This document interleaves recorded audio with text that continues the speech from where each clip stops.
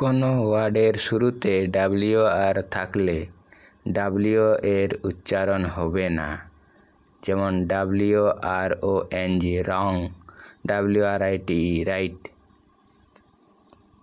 কোনো ওয়ার্ডে G এর পরে N থাকলে G এর উচ্চারণ হবে না, যেমন DESIGN ডিজাইন, RESIGN রিজাইন।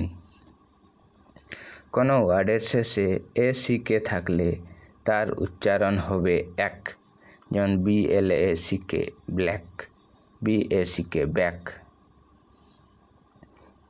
কোনো ওয়ার্ডের শেষে AIN থাকলে তার উচ্চারণ হবে N, যেমন AGAIN অ্যাগেন, MAIN ম্যান।